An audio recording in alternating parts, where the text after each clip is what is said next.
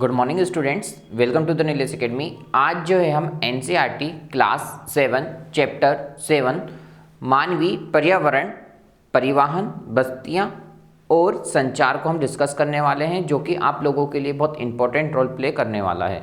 तो आप लोग इस वीडियो को अंत तक ज़रूर देखें और यदि आप लोगों ने मेरा चैनल सब्सक्राइब नहीं करा है तो प्लीज़ इस चैनल को सब्सक्राइब और बेल आइकन दबाना बिल्कुल ना भूलिएगा।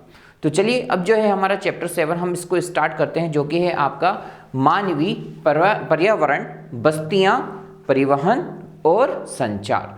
तो सबसे पहले जो है हम बस्तियों को डिस्कस करेंगे। तो सबसे पहले हम क्या लिख लेंगे यहाँ पर, बस्तियां। तो हम बात करें यदि बस्तियों की कि आखिरकार ये बस्तियां होती क्या है, तो बस्तियां डेट मीन्स लोगों के रहने का एक स्थान को हम बोलते हैं बस्तियां। ठीक, अब यदि हम यही प्राचीन काल की यदि हम बात करें कि आखिरकार प्राचीन काल में लोग कहाँ पर रहा करते थे, तो प्राचीन काल में लोग जंगलों में, वृक्षों पर, पर्वतों पर, पहाड़ों पर आदि स्थानों पर रहा करते थे। लेकिन धीरे धीरे जब वो कृषक बने, वो लोग इन स्थानों के अलावा वो नदियों के किनारों पर रहना उन्होंने प्रारंभ कर दिया। क्यों? क्योंकि जब ये धीरे धीरे फसल उगाने लगे तो वहां पर आपको पर्याप्त मात्रा में पानी यानी कि जल मिल जाता था और उपजाऊ भूमि या उपजाऊ मिट्टी भी आपको वहां पर देखने को मिलती है। तो इस वजह से जो प्राचीन काल में जो लोग थे वो धीरे धीरे नदियों के किनारे रहना उन्होंने स्टार्ट कर दिया या प्रारंभ कर दिया।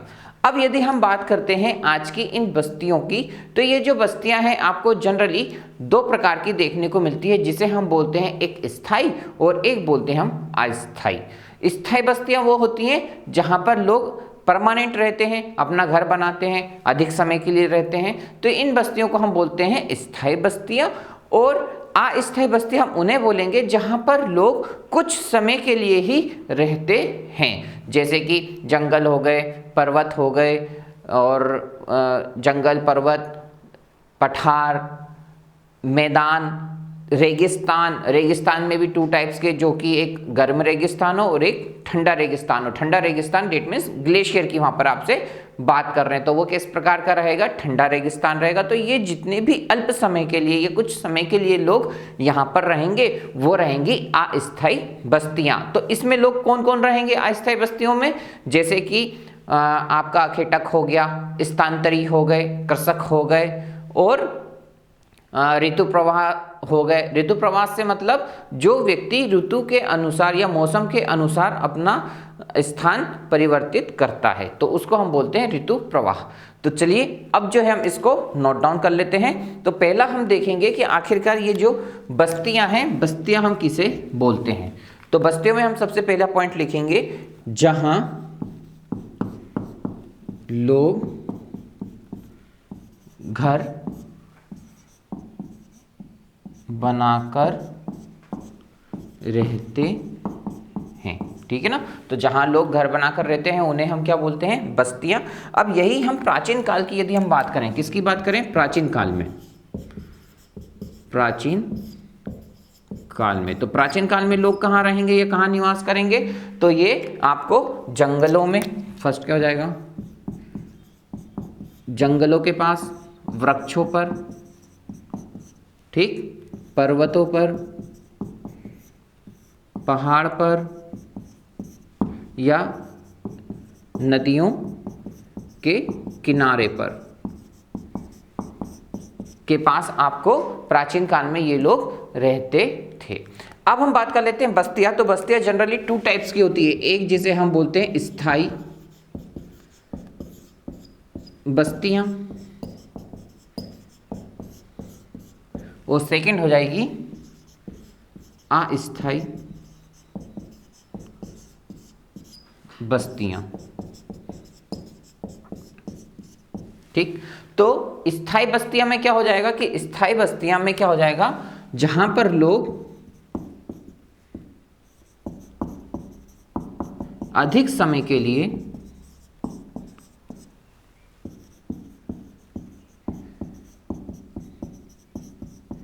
घर बनाकर रहते हैं, ठीक है, जहाँ पर लोग अधिक समय के लिए या घर बनाकर रहते हैं, उन्हें हम बोलते हैं स्थायी बस्तियां। अस्थायी बस्तियां हम उसे बोलेंगे जहाँ पर लोग कुछ समय के लिए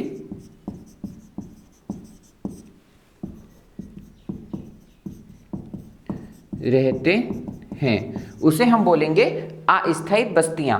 तो अस्थायी बस्तियां की यदि हम बात करें तो इसमें यदि आप निवास स्थल की बात करें कि इनके आखिरकार निवास स्थल कहाँ के होते थे, निवास स्थल, तो निवास स्थल उनके कहाँ कहाँ हो जाएंगे, तो फर्स्ट हो जाएगा क्या,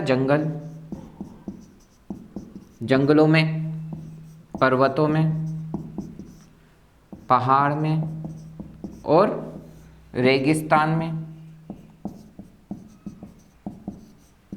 अब ये जो रेगिस्तान रहेंगे ये भी टू टाइप्स के रहेंगे, एक जो रहेगा वो गर्म रेगिस्तान रहेगा, इसको हम लिख देंगे गर्म रेगिस्तान, और सेकंड जो रहेगा वो रहेगा ठंडा रेगिस्तान। तो टू टाइप्स के आपको यहाँ पर रेगिस्तान देखने को मिलते हैं, ठीक है।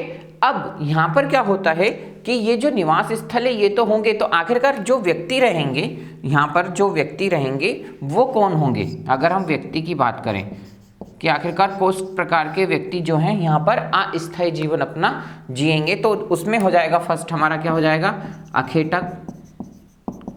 अखेटक जो रहेंगे वो अस्थायी रहेंगे। सेकंड क्या हो जाएगा, कृषक या कृषि करने वाले व्यक्ति। थर्ड क्या हो जाएगा, संग्रहण करने वाले व्यक्ति। फोर्थ क्या हो जाएगा,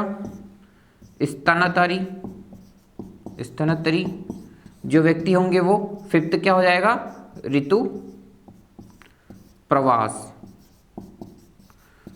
ये जो व्यक्ति रहेंगे, ये 5 टाइप के जो व्यक्ति रहेंगे वो कैसा जीवन यापन करेंगे, वो अस्थायी जो रहेगा वो जीवन यापन करेंगे।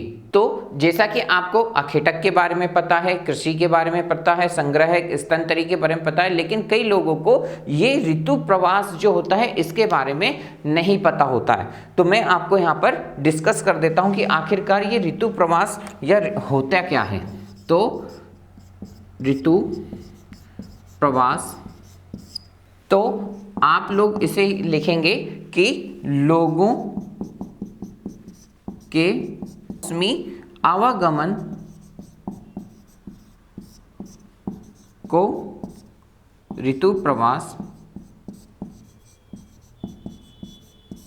कहते हैं, ठीक है। तो आप लोग जो है इसको नोट डाउन कर लें, ठीक है। तो आप लोग इसको जल्दी से नोट डाउन कर लें, आगे फिर अपन देखेंगे।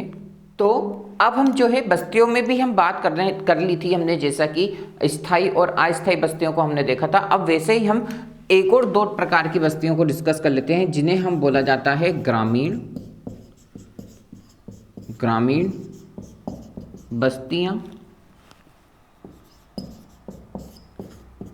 बस्तियां, और सेकंड क्या हो जाएगा, शहरी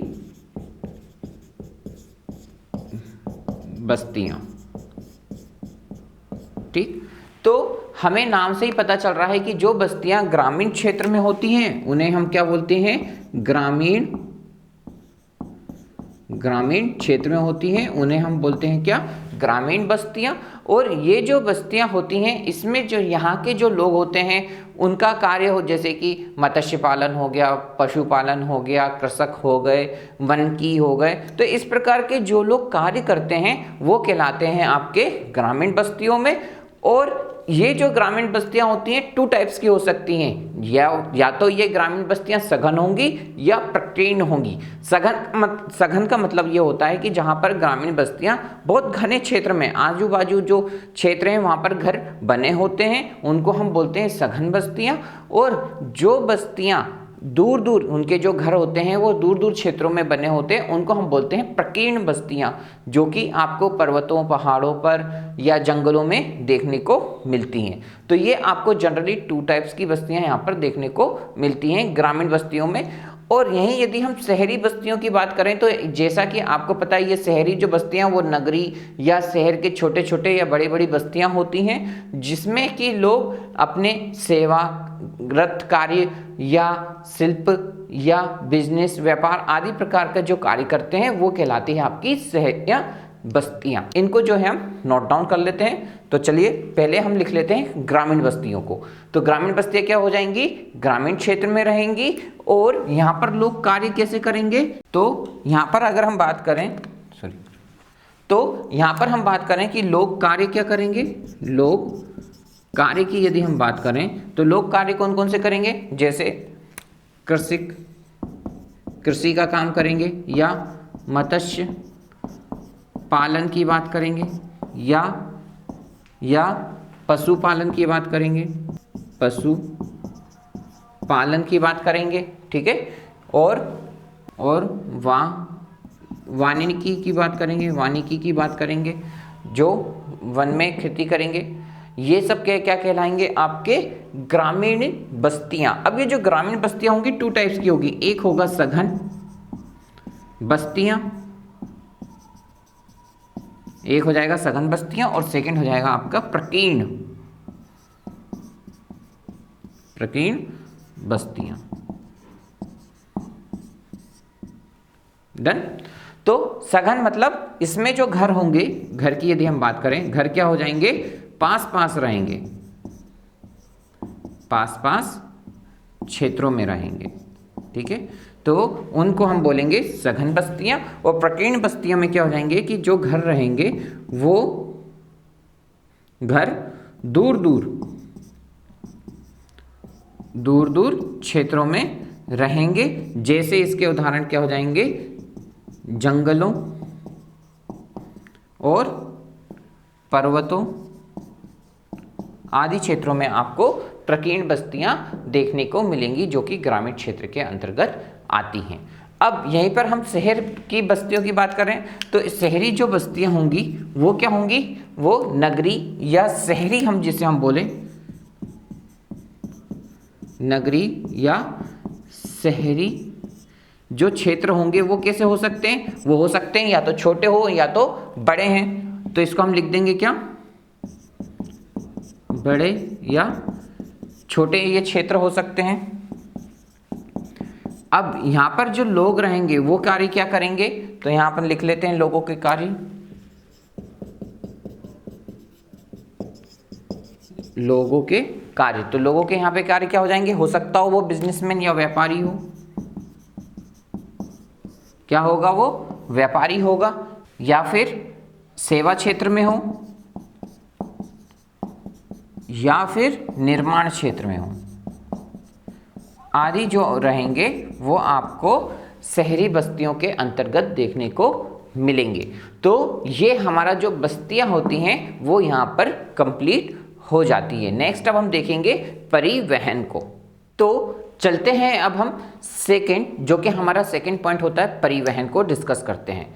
तो परिवहन क्या होता है कि किसी भी स्थान पर, एक स्थान से या दूसरे स्थान पर जाने पर या सामान ढोने के लिए एक अच्छा साधन होता है, जिसकी परिवहन के अंतर्गत आते हैं। अब ये जो परिवहन होते हैं इसमें व्यक्ति यात्रा तो करते हैं, साथ साथ सामान ढोने का भी कार्य किया जाता है। पुराने समय में अधिक यात्रा करने पर आपको अधिक समय लगता था, क्योंकि व्यक्ति जो होते थे वो पैदल यात्रा ही किया करते थे। तो इसके बाद फिर क्या हुआ कि धीरे धीरे यहाँ पर पहिए का एक आविष्कार किया गया, जिसकी वजह से अधिक यात्रा करने पर भी समय जो था वो धीरे धीरे कम होने लगा। अब यदि हम सामान ढुलाई की बात करें तो पहले जो व्यक्ति होते थे वो सामान जो ढोते थे वो पशुओं पर उनका सामान लादा जाता था और इस प्रकार से यात्रा करते थे। जैसे यदि हम भारत की ही बात करें तो भारत में ऊंट, खच्चर, घोड़े, गधे आदि पशुओं का उपयोग किया जाता था सामान ढोने के लिए। वहीं यदि हम अफ्रीका की भी बात करें तो अफ्रीका में जैसे एंडिश का प्रयोग किया जाता है, और वैसे ही यदि हम तिब्बत की बात करें तो तिब्बत में याक का प्रयोग किया जाता है। तो ये एक प्रकार से परिवहन कहलाता है। तो चलिए अब जो है हम इसको स्टेप बाय स्टेप हम इसको नोट डाउन कर लेते हैं। तो फर्स्ट पॉइंट हम क्या देखेंगे कि परिवहन क्या होता है। परिवहन लोगों और सामान के आवागमन आवागमन का साधन होता है। ठीक है, तो आवागमन का साधन होता है। सेकेंड पॉइंट क्या लिख लेंगे कि पुराने समय में अधिक दूरी यात्रा करने पर अधिक समय लगता था। ठीक है, अब अधिक दूरी जाने पर अधिक समय लगता था, तो फिर क्या हुआ, इसका आखिरकार कारण क्यों होता था, तो इसका आप कारण देखेंगे क्या होता था, लोगों का पैदल जाना। ठीक है ना, तो इसका कारण क्या था, लोगों का पैदल जाने की वजह से अधिक दूरी में अधिक समय लगता था। लेकिन आफ्टर सम टाइम यहाँ पर क्या हो जाएगा कि पहिए का आविष्कार हो जाएगा। तो से इसका नेक्स्ट पॉइंट क्या हो जाएगा कि पहिए का आविष्कार होने के कारण अब अधिक दूरी करने पर, अधिक दूरी यात्रा करने पर क्या हो जाएगा, अधिक दूरी ये जो है यात्रा करने पर भी क्या हो जाएगा, समय जो हो जाएगा वो कम हो जाएगा। तो इसको हम लिख लेंगे, अधिक दूरी यात्रा करने पर भी समय कम हो जाएगा। डन। इसका नेक्स्ट पॉइंट क्या हो जाएगा, सामान ढोने के लिए पशुओं का उपयोग किया जाता था। ठीक है, तो सामान ढोने के लिए किसका उपयोग करेंगे, पशुओं की। यदि हम भारत की बात करें तो भारत में कौन कौन से पशु होंगे, जैसे घोड़े और गधे, खच्चर। ठीक है, खच्चर, घोड़े, गधे और फोर्थ हो जाएगा ऊंट। इस प्रकार से यहां पर भारत में सामान ढोने के लिए पशुओं का उपयोग किया जाता था। अफ्रीका की बात, ये हो गया फर्स्ट भारत। सेकंड यदि हम अफ्रीका की बात करें तो अफ्रीका में भी कहां पर, एंडीज पर्वत पर। तो यहां पर किसका प्रयोग किया जाएगा, यहां पर लांबा पशु का उपयोग किया जाएगा। और थर्ड यदि हम जो है तिब्बत की बात करें, तिब्बत की बात करें तो तिब्बत में किसका प्रयोग किया जाएगा, तो तिब्बत में याक का उपयोग या याक पशु का उपयोग किया जाएगा। तो आप लोग देखेंगे परिवहन। अब इस परिवहन के अंतर्गत हमें सड़क परिवहन, रेल परिवहन, वायु परिवहन आदि परिवहनों को हम डिस्कस करेंगे। तो आप लोग जो है इसको जल्दी से नोट डाउन कर लें। और यदि आप मेरे हैंड रिटन नोट्स या वीडियो परचेस करना चाहते हैं तो नीचे दिए गए नंबर पर आप मुझे कॉल या व्हाट्सएप कर सकते हैं। तो अब जो है हम परिवहन के अंतर्गत पहला हम पॉइंट डिस्कस कर लेते हैं, जिसे हम बोलते हैं सड़क परिवहन। तो सड़क परिवहन क्या होता है कि यदि आपको कम दूरी यात्रा करने के लिए यदि कोई सा मार्ग निश्चित करना है तो या कम दूरी के लिए आपको यात्रा करना है तो सड़क परिवहन आपके लिए एक बेस्ट साधन हो सकता है। तो इस वजह से सड़क परिवहन का हम प्रयोग कम दूरी की यात्रा के लिए करते हैं। ऑब्वियसली बात है, सड़क परिवहन आपको किस क्षेत्र में देखने को मिलेगा, मैदानी भागों पर आपको सड़क परिवहन का क्षेत्र देखने को मिलेगा, जो कि एक घना जाल की तरह सड़क परिवहन बिछा हुआ है।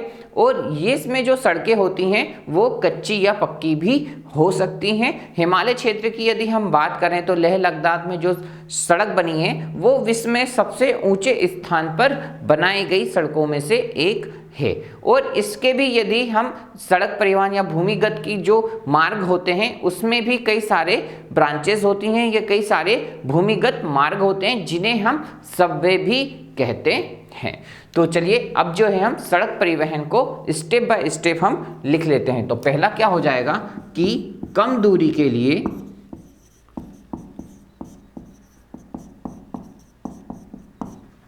यात्रा करने का उत्तम साधन। ठीक, सेकंड पॉइंट क्या हो जाएगा इसमें कि सड़क क्या हो सकती है, तो सड़कें यदि आप देखें तो सड़कें क्या हो सकती हैं, कच्ची और पक्की सड़कें हो सकती हैं। Second point. थर्ड पॉइंट क्या हो जाएगा कि ये अधिकतर कहाँ पर आपको देखने को मिलेगी, तो आपको मैदानी भागों पर अधिक क्षेत्र आपको देखने को मिलता है। ठीक। फोर्थ पॉइंट क्या हो जाएगा कि हिमालय पर जो मनाली और लेह राजमार्ग है, ये विश्व का सबसे ऊंचा मार्ग आपको देखने को मिलेगा। कौन सा, मनाली और लेह। तो ये क्या हो जाएगा, विश्व का सबसे ऊंचे सड़क मार्गों में से एक है। ठीक है, तो मनाली और लेह मार्ग राजमार्ग जो रहेगा वो विश्व का सबसे ऊंचे सड़क मार्गों में से एक रहेगा। अब यदि हम बात करें, आपने सुना होगा स्वर्णिम चतुर्भुज। आखिरकार ये स्वर्णिम चतुर्भुज क्या होता है, तो इसको आप यहाँ पर नोट डाउन कर लें। इसको आप ऐसा लिख सकते हैं, स्वर्णिम चतुर्भुजीय। तो आपने सुना होगा स्वर्णिम चतुर्भुज महामार्ग के बारे में कि आखिरकार ये स्वर्णिम चतुर्भुज या स्वर्ण चतुर्भुजीय महामार्ग क्या होते हैं। तो ये जो भारत देश में दिल्ली, मुंबई, चेन्नई और कोलकाता को जोड़ने वाले मार्ग को क्या बोलेंगे, स्वर्ण चतुर्भुजी मार्ग महामार्ग कहा जाएगा। तो दिल्ली, मुंबई, चेन्नई और कोलकाता, इन चारों को वो एक प्रकार से कनेक्टेड कर देंगे, तो ये जो मार्ग होगा वो आपका स्वर्णिम चतुर्भुजी मार्ग कहलाएगा। ठीक है, तो आप लोग इसको नोट डाउन कर लें। तो सेकंड हम बात कर लेते हैं रेल मार्ग की। रेल मार्ग की आखिरकार ये रेल मार्ग क्या होते हैं। तो रेल मार्ग आप देखेंगे कि कम समय में अधिक दूरी तय की जा सकती है, किसके द्वारा, रेल मार्गों के द्वारा, और कम खर्चों पर भी अधिक दूरी तय की जाती है रेल मार्गों से। और रेल मार्गों से व्यक्ति एक स्थान से दूसरे स्थान जाता तो है ही साथ यहाँ पर सामान ढोने का कार्य भी जो है रेल के द्वारा या रेल मार्गों के द्वारा किया जाता है। जैसा कि आपने देखा होगा, कोयला, पेट्रोलियम, केरोसिन, ये सारे क्या हो रहे हैं, हम कम पैसों में ज़्यादा ट्रांसफ़र कर पा रहे हैं या सामान ढो पा रहे हैं। तो रेल मार्ग जो होती हैं ये कम समय में होते ही हैं, प्लस यदि सुपर फास्ट जो ट्रेनें होंगी वो और कम समय में आपको अधिक दूरी और कम खर्चों पर पहुंचा देती हैं। और रेल मार्ग जो होगा उसका आपको जाल जो है मैदानी भागों पर ही ज़्यादा व्यापक या विस्तार रूप में आपको देखने को मिलेगा। तो चलिए अब जो है हम रेल मार्ग को डिस्कस कर लेते हैं। तो सबसे पहली चीज़ क्या हो जाएगी, तो रेल मार्ग क्या हो जाएगा, रेल मार्ग के द्वारा तीव्रता और कम खर्चों में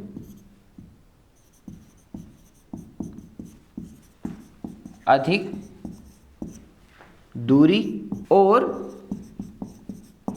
क्या हो जाएगा, लोग और सामानों के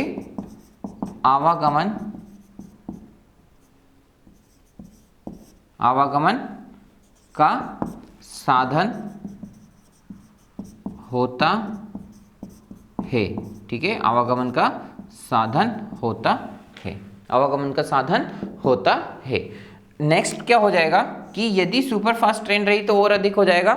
और नेक्स्ट क्या हो जाएगा कि इनका जो जाल है मैदानी क्षेत्रों पर अधिक पाया जाता है।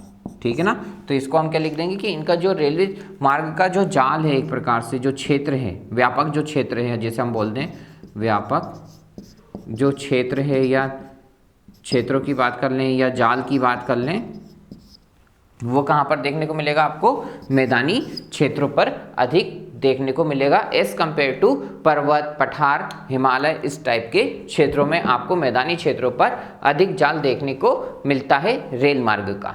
तो चलते हैं, अब जो है हम थर्ड पॉइंट को हम डिस्कस कर लेते हैं, जो कि होता है हमारा जल मार्ग। क्या हो जाएगा हमारा थर्ड पॉइंट, जिसे हम बोलेंगे जल मार्ग।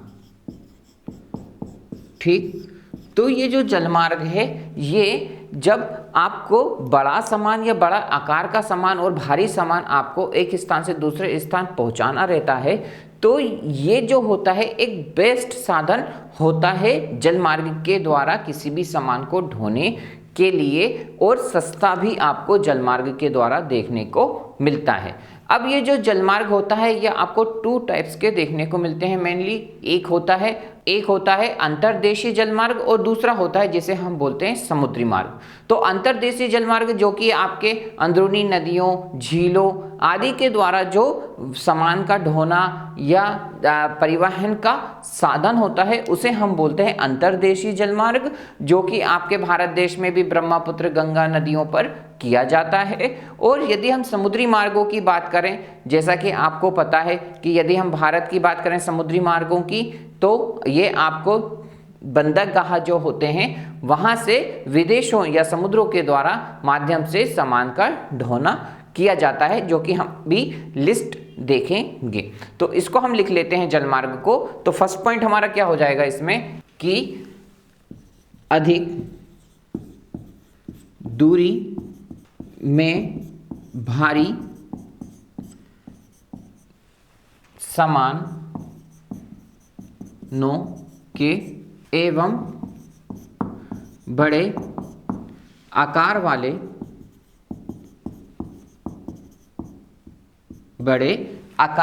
वाले सामानों को ढोने के लिए जल मार्ग सबसे सस्ता साधन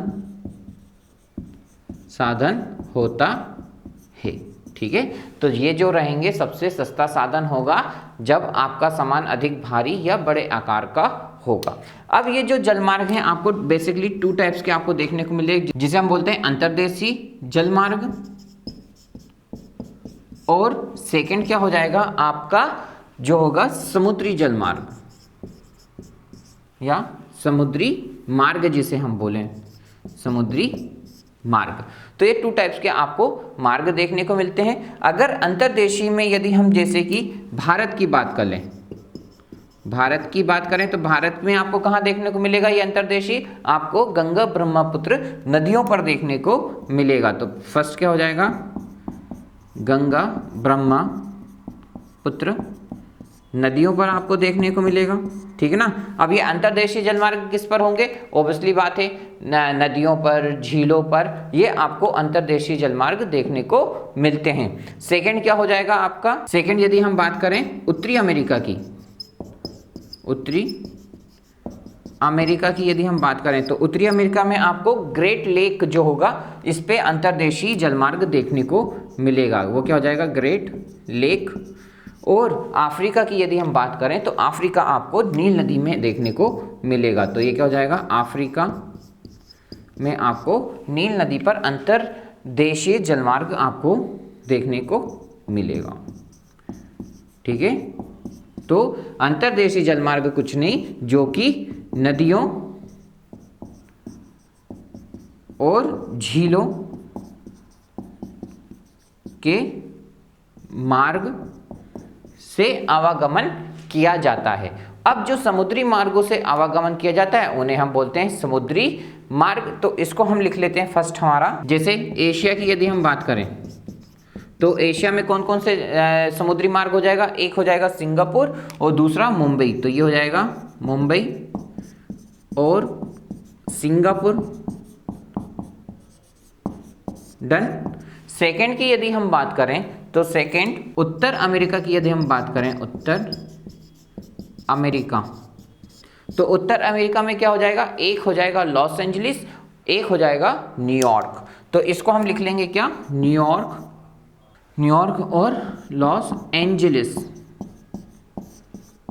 डन, ये हो जाएगा सेकंड।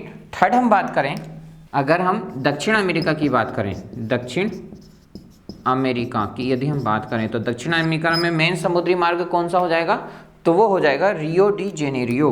वो क्या हो जाएगा, रियो जेनेरियो।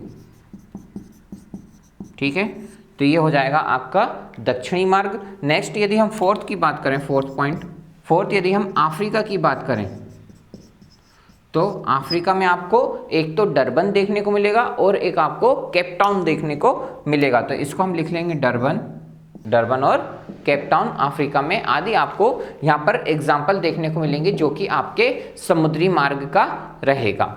नेक्स्ट यदि हम बात कर लेते हैं फोर्थ पॉइंट, जो कि आपका होता है वायु मार्ग। फोर्थ क्या हो जाएगा, वायु मार्ग।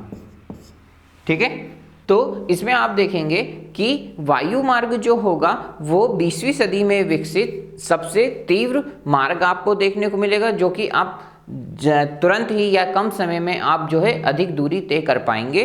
और इसमें क्या होता है कि ईंधन की लागत अधिक होने की वजह से यह सर्वाधिक महंगा होता है इसका प्रयोग करना।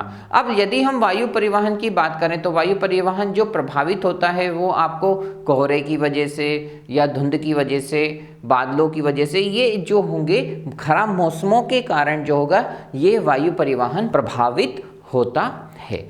अब यदि हम बात करें इसके, यदि मैं एयरपोर्ट की बात करूं या हवाई पतन की बात करूं तो ये आपको कहां कहां देखने को मिलेंगे, तो Delhi, Mumbai, Chennai, New York, Vatican city आदि स्थानों पर आपको मेनली जो है वो हवाई पतन देखने को मिलेंगे।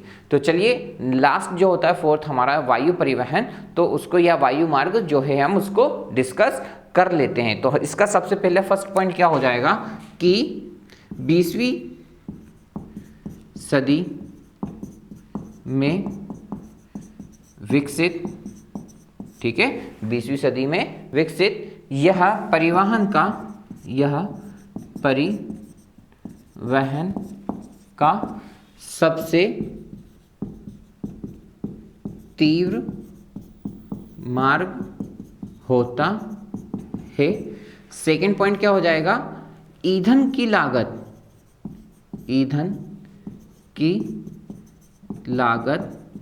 अधिक होने के कारण यह सर्वाधिक क्या है, महंगा साधन है, सर्वाधिक महंगा साधन है। ठीक है, और ये अगर हम थर्ड पॉइंट इसकी बात कर लें प्रभावित की, कि आखिरकार ये प्रभावित कब होता है, तो ये हो जाएगा प्रभावित।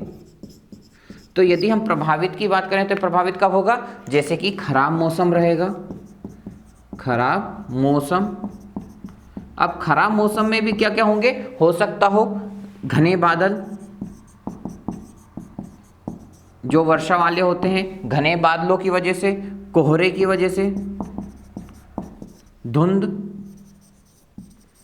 आदि कारणों की वजह से, खराब मौसमों के कारण ये क्या हो जाएंगे, प्रभावित हो जाएंगे। और यही यदि हम इनके पतन की बात करें तो हवाई पतनों की यदि हम बात करें तो ये हवाई पतन आपको कहाँ देखने को मिलेगा, दिल्ली और मुंबई, चेन्नई, दिल्ली, मुंबई, चेन्नई, पेरिस, लंदन आदि क्षेत्रों पर आपको हवाई या एयरपोर्ट आपको देखने को मिलेंगे। ठीक है, तो आप लोग जो हैं इसको जल्दी से नोट डाउन कर लें, जल मार्ग को और वायु मार्ग को। नेक्स्ट हम बात करते हैं संचार की। तो चलते हैं अब जो है हमारा थर्ड पॉइंट जिसे हम डिस्कस करते हैं, जिसे हम बोलते हैं क्या, संचार। तो हम जो है संचार को डिस्कस कर लेते हैं। संचार, तो आखिरकार आप देखेंगे कि संचार क्या होते हैं। संचार एक प्रकार से देखा जाए तो एक दूसरे लोगों को सूचना प्रोवाइड करना या इंफॉर्मेशन प्रोवाइड करना ही हमारा एक संचार होता है। इस संचार के माध्यम की यदि आप बात करें तो हो सकता हो टेलीविज़न, मैगजीन, पत्रिका, न्यूज़ चैनल आदि माध्यमों के द्वारा आपको सूचनाएं या एक दूसरे लोगों को सूचनाएं पहुंचाते हैं और इन्हीं कारणों से इन्हें जनसंपर्क माध्यम भी कहा जाता है। अब ये जो संचार माध्यम होते हैं अधिक या तीव्र गति से कैसे पहुंचाए जाते हैं, तो ये जो तीव्र गति से पहुंचाने का एक कारण होता है सैटेलाइट। तो ये सैटेलाइटों के माध्यम से संचार माध्यम या कम्युनिकेशंस आप बहुत जल्दी कर सकते हैं, जिसके द्वारा आप मौसम विभाग के बारे में जानकारी, हो सकता हो भूकंप, अर्थक्वेक या खनिज कहाँ पाए जा सकते हैं या तेल की खोज कहाँ की जा सकती है आदि प्रकार से हम इन सैटेलाइट या इन संचार माध्यमों को हम जल्दी से जल्दी एक दूसरे तक सूचनाएं पहुंचा सकते हैं। इसी को ही हम बोलते हैं संचार। तो चलिए इसको हम जो है स्टेप 1 बाय 1 लिख लेते हैं। तो फर्स्ट पॉइंट क्या हो जाएगा इसमें संचार में कि संचार दूसरों के पास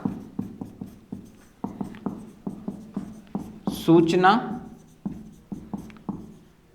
पहुंचाने की प्रक्रिया है, जिसे हम क्या बोलेंगे संचार। अब संचार माध्यम क्या क्या हो सकते हैं ये हम देख लेते हैं। तो इसमें हम लिख लेते हैं सेकंड पॉइंट संचार माध्यम। तो संचार माध्यम क्या हो सकता हो टेलीविजन हो, क्या हो टेलीविजन और क्या हो सकते हैं पत्रिका, समाचार पत्र,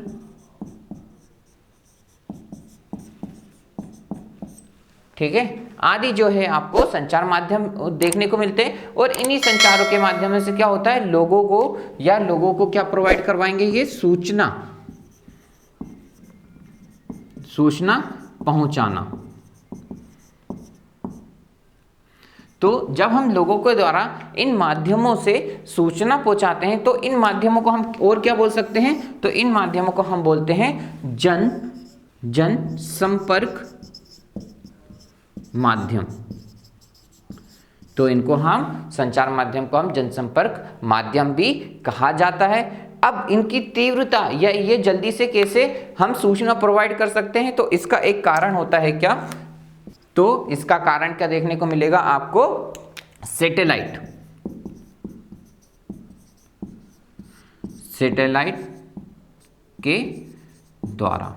के द्वारा संचार में तीव्रता आई है। इसको आप ऐसा लिख लें संचार में तीव्रता आई है, ठीक है। तो सैटेलाइट के द्वारा संचार में तीव्रता आई है। अब इसके द्वारा हम क्या क्या कर सकते हैं, तो हो सकता हो इसके द्वारा हम क्या कर सकते हैं खनिजों की खोज कर सकते हैं। सेकंड क्या हो जाएगा तेलों की खोज कर सकते हैं, तेलों की खोज हो सकती है। और क्या हो जाएगा मौसम के बारे में जानकारी मिल सकती है। आदि कार्य जो हैं आपको संचार माध्यमों के द्वारा या संचार के द्वारा किया जाता है। तो आज जो होता है हमारा जो चैप्टर 7 है जो कि है मानवीय पर्यावरण, बस्तियां, संचार एवं परिवहन में केवल इतना ही। आपको ये वीडियो कैसा लगा please like, comment and share करना बिल्कुल ना भूलिएगा। और यदि आप मेरे वीडियोस या हैंड रिटन नोट्स परचेस करना चाहते हैं तो नीचे दिए गए नंबर पर आप मुझे कॉल या व्हाट्सएप कर सकते हैं। Thank you so much.